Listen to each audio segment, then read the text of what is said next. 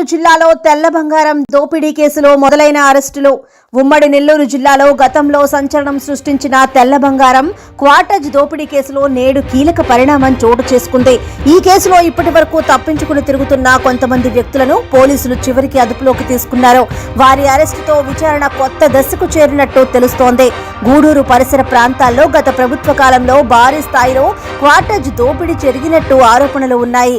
అప్పట్లో తెలుగుదేశం పార్టీ నాయకులు ఈ దోపిడీకి వ్యతిరేకంగా పెద్ద ఎత్తున ఆందోళనలు చేసినా ఫలితం లేకుండా పోయింది.